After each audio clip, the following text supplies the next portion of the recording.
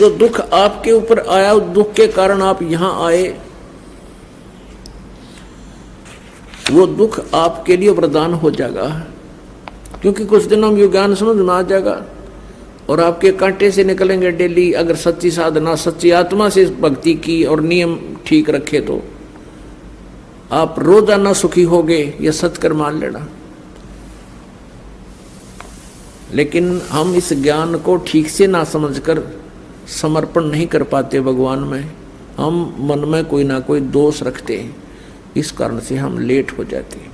पुण्यात्माओं, पूरे विश्व में आपको इतना तो ज्ञान हो गया कि एक ही प्रभु है जो हमारे संकट को दूर कर सकता है। वही हमारा पाप नाशक है, पूर्ण मोक्षदायक है। प्रारब्ध के पाप कर्म को नाश करके सुखी केवल कबीर परमेश्वर ही कर सकता है। तो हमें फिर इस बात से भी एक विशेष लगाव बनेगा, जैसे हमें पहले कोई दुख नहीं था इस संसारिक सुख में परमात्मा की दया से, लेकिन भगवान की चाह फिर भी न्यारी थी और ब्रह्मा विष्णु महेश के लीलाओं से हम परिचित होकर के विष्णु जी और शिव जी की हम इन पर आसक्त थे। अब हम अपने भगवान कबीर जी की लीलाओं से हम परिचित होंगे तो इनमें भी हमारा एक विशेष प्रेम बन जाएगा। और जब इस आत्मा को ज्ञान हो जाता है तो परमात्मा के प्रति एक विशेष कसक के साथ लगते हैं। परमात्मा से करबद्ध प्रार्थना बार बार हमने करते रहना चाहिए, सिमरण करना चाहिए, भक्ति करे खूब डट के, और जितना दान बने वो दान भी करे। अपने जीवन का मूल उद्देश्य यही बनाओ कि यहाँ से पीछा छूटे एट एनी कॉस्ट, किसी भी कीमत पे। परमात्मा ने तो यहाँ तक बता दिया है कि सिर साटे की भक्ति है और कुछ नहीं बात।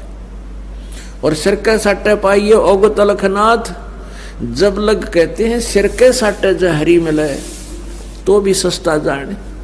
कोट शीस तन दे लिए यम राजा की भेंट, एक शीस तू देकर लिख ले सतगुरु अपने की भेंट है। अब सिर कैसे देना है, कोई काट कर नहीं देना। शीश देने का अर्थ है कि जैसे गुरुदेव कहे आज्ञा का पालन करें। और ये शरीर ये शीश परमात्मा का मान ले। एक संत थे, वो अपने शिष्यों को समझाया करते थे, ज्ञान दिया करते थे कि वे गुरु की आज्ञा का पालन करना चाहिए। जो अपने गुरु का वचन नहीं मानता है वो शेष मोक्ष प्राप्त नहीं कर सकता। भाई जो गुरु वचन पे डट गे रकट गे फंद 84 के। भाई जो गुरु वचन पे डट गे रकट गे फंद 84 के। कट गे फंद 84 के, रकट गे फंद 84 के। भाई जो गुरु वचन पे डट गे रकट गे फंद 84 के।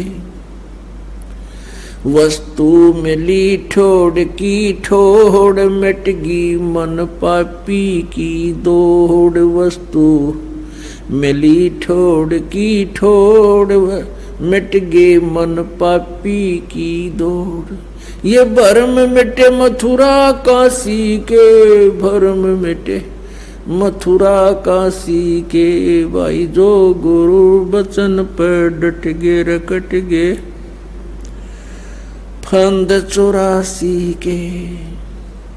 कट गे फंद 84 के, रकट गे फंद 84 के।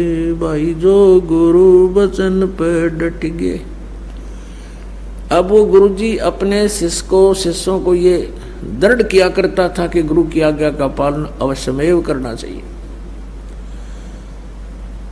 ऐसे शिक्षा दे रहे थे और फिर कुछ देर के बाद कहते हैं कि भी सभी 5-7 जितने शिष्य थे आश्रम में कहने लगे, भाई इधर आओ बच्चों, आकांत जी, कि मेरे सिर में 5-5 जूते लगाओ। अब अभी तो गुरुजी कह रहे थे कि भाई गुरु के वचन का पालन करना चाहिए, और फिर गुरुजी के बारे में ये भी बताया जाता है कि गुरु इज गॉड।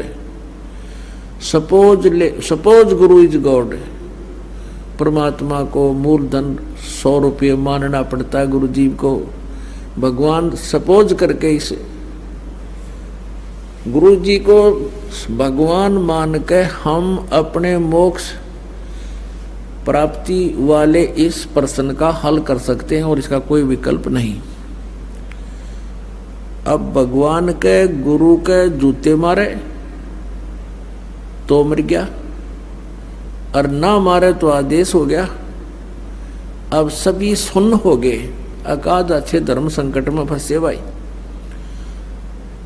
अब गुरुजी कहता रहा मैं क्या कह रहा हूं भाई, गुरुजी की आज्ञा का पालन अवश्य करना चाहिए। नहीं उठा कोई भी, एक खड़ा हुआ, अपना जूता निकाला, गुरुजी के चरणों में बैठ गया, जो चारपाई पर आसन पर विराजमान थे। जमीन पर विराजमान होकर के उनके सामने सिर रखे, अपने सिर में 5 जूते मारे। अब गुरुजी ने कहा भाई डांडी मत मारे, मैंने तेरे में नहीं कहा, मेरे में कहा, मेरे सिर में मार जूते। तब उस दास ने कहा कि गुरुदेव ये शीश भी दास का आपका ही तो है, ये शीश आपका ही तो है, आपके शीश में जूते लगा रहा हूं। तो पुण्यात्माओं ये देखना चाहते थे कि इसमें विवेक कितना है, इनमें ये कितने समर्पित हैं, ऐसे शीश देना है।